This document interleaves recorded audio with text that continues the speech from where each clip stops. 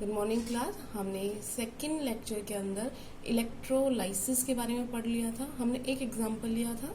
आज हम दूसरा एग्जाम्पल लेंगे क्योंकि हमने वो सिंपल लिया था, बिल्कुल सिंपल मोल्टन सोडियम क्लोराइड का लिया था। आज हम थोड़ा सा उसको एक्वस सोडियम क्लोराइड का करके देखेंगे, देखते हैं क्या फर्क आता है। ठीक है ना, आपको ध्यान है ना कल क्या प्रोडक्ट मिले थे आपको? कल हमने मोल्टन सोडियम क्लोराइड का किया था, तब कैथोड पे मिला था हमारे पास सोडियम और एनोड पे मिला था क्लोरीन गैस। ठीक है, अब हम इसको कर रहे हैं कि अगर इलेक्ट्रोलाइसिस ऑफ एक्वस सॉल्यूशन दे रखा हो NaCl का, तब क्या करेंगे हम। ठीक है ना, तो सबसे पहले जो ये दे रखे हैं उनको हम आयंस देखते हैं कि कौन कौन से आयन बनने हैं। जब NaCl पानी में घोलेंगे तो वो क्या बना देगा, Na प्लस एक्वस और Cl माइनस एक्वस। इतनी बात समझ में आ गई? क्योंकि इसके अंदर पानी भी है तो यहाँ पर पानी भी है, तो पानी लिक्विड स्टेट में, और वो बनाएगा H प्लस एक्वस और OH माइनस एक्वस। इतनी बात आई थिंक आपको समझ में आ गई होगी। ठीक है, पानी जो होता है हल्का सा आयनाइज होता है, ये NaCl जो कम्प्लीटली आयनाइज हो जाता है। उसके बाद जब हम इलेक्ट्रिसिटी पास करेंगे इसकी साइड, तो अब यहाँ पर दिक्कत क्या आने वाली है। कल मैंने बताया था, अगर आपको ध्यान नहीं रहता तो C से C याद रख लो कि कैथोड के ऊपर C मतलब कैटायंस आएंगे। अब कैटायन का हो गया कॉम्पिटिशन कि Na प्लस जाएगा कि H प्लस जाएगा। तो हम बात करते हैं कैथोड की। कैथोड पे क्या होगा, सबसे पहले तो ये बताओ कैथोड कौन सा टर्मिनल पे कनेक्ट होती है, नेगेटिव टर्मिनल पे। और कैथोड पे हमेशा क्या होता है, रिडक्शन। ये बात आपने हमेशा ध्यान रखनी है।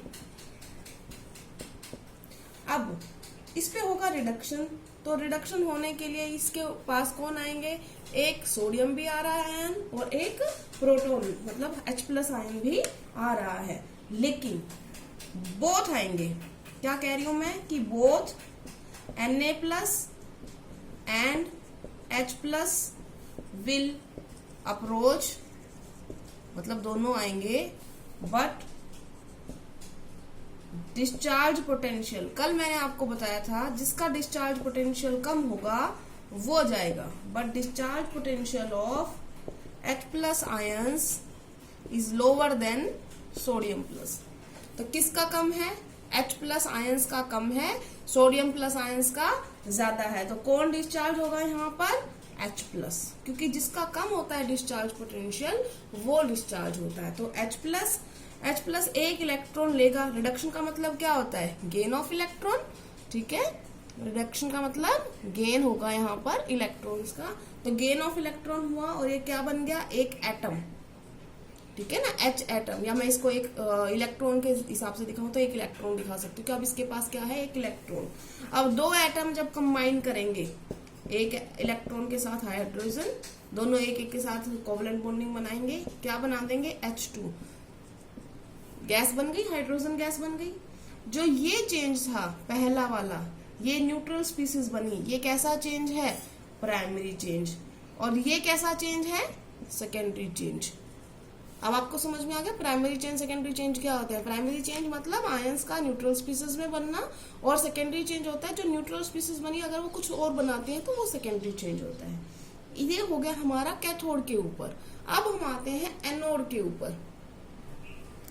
हम आते हैं एनोड के ऊपर। तो एनोड के ऊपर कौन सा टर्मिनल कनेक्ट करते हैं, पॉजिटिव टर्मिनल। तो एनोड पॉजिटिव होती है। और उसके ऊपर क्या करेंगे, अगर क्या होगा, ऑक्सीडेशन होगा। एनोड पे हमेशा ऑक्सीडेशन होता है। इसका मतलब आपको क्या दिखाना है, लॉस ऑफ इलेक्ट्रॉन। ठीक है, इतनी बात समझ में आ गई। अब मैंने आपको बताया था कौन सा आएगा, पॉजिटिव के पास कौन आएंगे, नेगेटिव। अब नेगेटिव आपके पास दो हैं, तो यहाँ पर भी क्या है कि both Cl minus and OH minus are present. तो कौन सा होगा, किसका डिस्चार्ज पोटेंशियल कम होगा, वो होगा। तो यहां पर मैं लिख देती हूं discharge potential, but discharge potential of chloride ions, chloride ions का लोअर होता है, किससे, OH माइनस आयन से। तो इसका मतलब अब क्या होगा, यहाँ पर एनोड के ऊपर क्या होगा, एनोड के ऊपर जो लॉस ऑफ इलेक्ट्रॉन करेगा ये क्लोरीन एटम बन जाएगा, और ये क्लोरीन एटम किससे के साथ कंबाइन करेगा, दूसरे क्लोरीन एटम के साथ, और क्या बन जाएगा, Cl2 गैस। ये था प्राइमरी चेंज, ये है सेकेंडरी चेंज। बात समझ में आ गई। तो ये जिसका डिस्चार्ज पोटेंशियल कम या ज्यादा है वो आपने देखना है। मोस्टली जो होंगे आप एक दो ही आते हैं जो आते हैं इसमें, NaCl, NaCl का मोल्टन और एक्वस दोनों, या कॉपर सल्फेट का। तो आपको कुछ याद रख लो, आप किसका लोअर होता है किसका हायर होता है, तो आप कर सकते हो क्वेश्चन। इतना आ गया समझ में। अब हम अगर ओवरऑल रिएक्शन लिखें तो हमारे पास क्या आ गया, तो आप लिखो क्या आ गया। ओवरऑल रिएक्शन अगर लिखें हम तो बैलेंस करना है हमें एक तरीके से। देखो एक तो हमारे पास है NaCl, एक हमारे पास है पानी, ये लिया था हमने, और बना क्या था, पिछली बार क्या बना था हमारे पास, हाइड्रोजन गैस, और क्या बनी थी, क्लोरीन गैस। क्लोरीन गैस कहाँ पर बन रही है, एनोड पर, और क्या बन रहा है, देखो Cl2 इससे बन गया, H2 इससे बन गया, Na और OH मिल जाएंगे।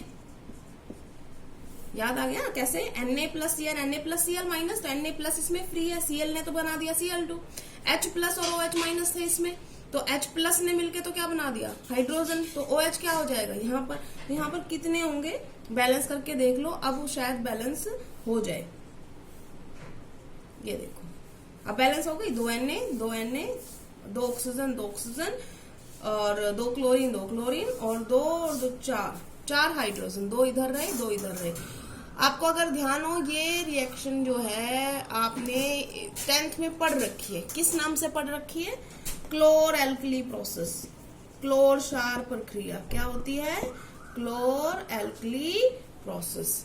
ठीक है, तो हमने आज इलेक्ट्रोलाइसिस इसका भी कर लिया है। इसके बाद हम एक और एग्जांपल ले सकते हैं या आप खुद भी इनको कर सकते हैं। तो मैंने 2 एग्जांपल करा दिए हैं, अगर एक आधा आपको नहीं आ रहा है तो मुझे बता देना, मैं वो करवा दूंगी। ठीक है, अब आते हैं हम फैराडेज लॉज ऑफ इलेक्ट्रोलाइसिस पे। अब फैराडेज क्या हुआ था वो हम बताते हैं, फैराडे साइंटिस्ट ने क्या लॉज दिए थे। अब ये हम बहुत इंपॉर्टेंट टॉपिक कर रहे हैं बेटा, फैराडेज लॉज वाला। तो सबसे पहले आप ये समझिए, जो फैराडे जो हुए थे, पूरा नाम था उनका माइकल फैराडे। तो माइकल फैराडे ने, ई भी है बेटा ये साथ में, माइकल फैराडे एक साइंटिस्ट थे जिन्होंने इलेक्ट्रोलाइसिस स्टडी किया, और 1833 के अंदर उन्होंने 2 लॉज दिए। ठीक है ना, जिन्हें हम बोलते हैं फैराडेज लॉज ऑफ इलेक्ट्रोलाइसिस। तो हम आते हैं फर्स्ट लॉ ऑफ इलेक्ट्रोलाइसिस, ये फैराडे के लॉ हैं, तो इसका मतलब ये ऐसे भी आ सकता है कि Faraday's first law of electrolysis. ठीक है ना, तो ये फर्स्ट लॉ क्या कह रहा है, वो ये कह रहा है the amount of chemical reaction,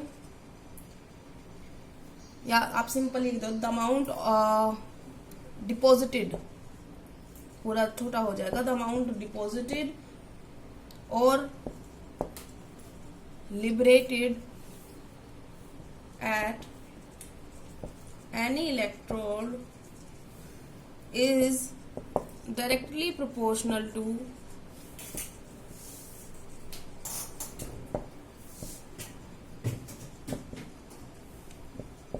the quantity of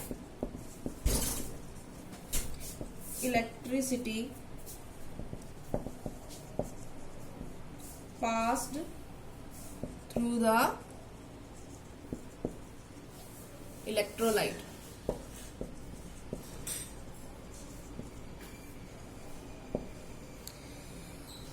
आपको दिखने में बड़ा लग रहा होगा बट बहुत सिंपल सा है। उसने क्या बोला है कि देखो, आपने अभी इलेक्ट्रोलाइसिस पढ़ा, तो इलेक्ट्रोलाइसिस में जब आप कोई इलेक्ट्रोलाइसिस स्टडी कर रहे हो, फॉर एग्जांपल मैं यहाँ पे हल्की सी एक सेल बना देती हूँ आपके लिए। ये मैंने सेल बनाई, ये हमारी एनोड है, ये हमारी कैथोड है, इसको हमने कनेक्ट कर दिया पॉजिटिव से, ये हमने कनेक्ट कर दिया नेगेटिव से। ठीक है, अब यहाँ पर जो ये हमारी एनोड है और ये हमारी कैथोड है, एनोड पे क्या होता है, एनोड क्या होती जाती है, एनोड धीरे धीरे धीरे धीरे कंज्यूम होती जाती है। कैथोड पे क्या होने लग जाता है, डिपोजिशन होने लग जाता है, अभी आपने देखा था। ठीक है ना, तो इसका मतलब एनोड पे लिबरेट हो रहा हो या कैथोड पे डिपॉजिट हो रहा हो, इसका मतलब कुछ भी हो रहा हो, जो अमाउंट डिपॉजिट हो चाहे लिबरेट हो, वो कितना होगा वो किस बात पे डिपेंड करेगा कि आपने उसके अंदर से कितनी बिजली पास की है, कितना चार्ज दिया है उसको। ठीक है ना। इसको बिल्कुल सिंपल भाषा में हम क्या कह सकते हैं, अगर हम कहीं मैथमेटिकली लिखें इसको तो क्या कह सकते हैं कि W क्या है कि वो अमाउंट ऑफ सब्सटेंस जो या तो डिपॉजिट हो रहा है या लिबरेट हो रहा है is directly proportional to charge passed, या मतलब क्वांटिटी ऑफ इलेक्ट्रिसिटी पास्ड। तो क्वांटिटी ऑफ इलेक्ट्रिसिटी मतलब चार्ज। ठीक है ना। अब इसको अगर मैं हटाती हूं तो डायरेक्टली प्रोपोर्शनल का साइन जब भी हटता है तो क्या आता है, W इज इक्वल टू क्या आता है बेटा, कांस्टेंट आता है। तो यहाँ पे कांस्टेंट आता है Z और ये है Q। W is equal to ZQ। तो अब ये क्या है, W क्या है, Z और क्या है Q, वो हम लिखते हैं। ठीक है, हम लिख रहे हैं कि W इज इक्वल टू हमारा ZQ आ गया था, तो इसके अंदर Z क्या है, W क्या है, वो हम लिख रहे हैं। तो W क्या था हमारा, W था अमाउंट या मास ऑफ सब्सटेंस, आप सिंपल लिख लो, मास लिख लेते हैं, आपको ध्यान रह जाएगा। मास ऑफ सब्सटेंस डिपॉजिटेड और लिबरेटेड एट इलेक्ट्रोड। अब ये बताया था ना आपको, या तो एनोड पे या कैथोड पे कुछ लिबरेट होगा या डिपॉजिट होगा, तो वो हो गया हमारा W। उसके बाद आ गया हमारे पास Q। जो Q है वो क्या है, वो चार्ज है एक तरीके से। चार्ज को आप क्या कह सकते हो, अमाउंट ऑफ इलेक्ट्रिसिटी। ठीक है ना, कितना चार्ज पास किया गया, charge passed through the electrolyte. उसके बाद आया हमारा Z। जो Z है वो क्या है, Z एक कांस्टेंट ऑफ प्रोपोर्शनैलिटी है बेटा, जिसको बोलते हैं हम electrochemical equivalent. Electrochemical equivalent of the substance deposited.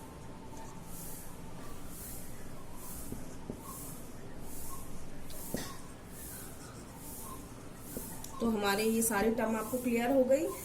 अगर आपको कोई बोले कि मुझे डेफिनेशन बताओ आप, ये इलेक्ट्रोकेमिकल इक्विवेलेंट क्या है, तो अगर मैं Q को 1 कर दूं, ठीक है ना, Q मतलब क्या है, अगर Q आपको समझ में नहीं आ रहा तो Q क्या है, ये कि क्या है Q, बेटा आपने सुना होगा ना, जो करंट होता है वो क्या होता है, कितना अमाउंट ऑफ चार्ज है, कितने टाइम में पास किया गया। तो Q एक्चुअली क्या है, Q is equal to IT है। तो अगर आप ये जो वैल्यू है ये उसमें पुट करेंगे तो क्या इक्वेशन बन जाएगी, तो हम देखो किस इक्वेशन पे थे, हम उसको थोड़ा लिख लेते हैं। W इज इक्वल टू क्या आ चुका था हमारे पास, ZQ।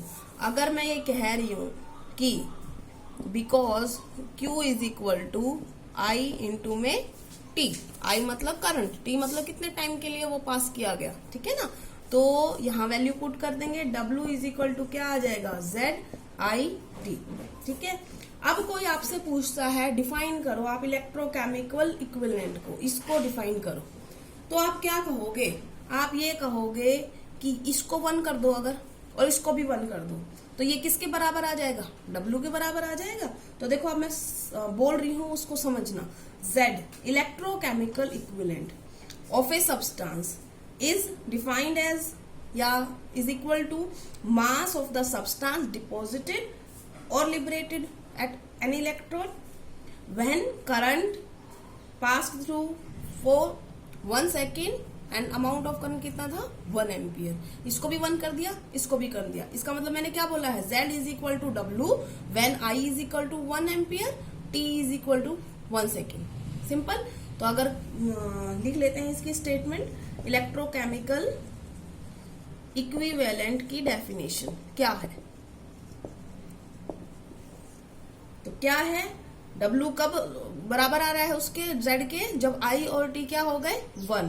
तो हम क्या लिख रहे हैं कि electrochemical equivalent it is defined as mass of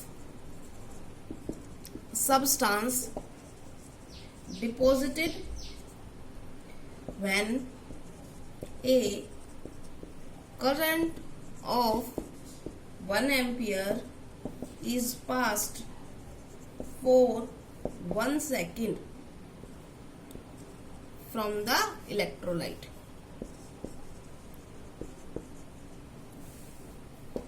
तो आप बेटा इस तरीके से किसी भी कांस्टेंट की वैल्यू निकाल सकते हो। मेन वैल्यू के बराबर कर दो, बाकी सबको 1 कर दो। बेटा हमारा पहला लॉ कंप्लीट हो चुका है, ठीक है ना। कल हम करेंगे सेकेंड लॉ। अगर कुछ आपको दिक्कत आती है तो आप मुझे बताएंगे। Thank you class.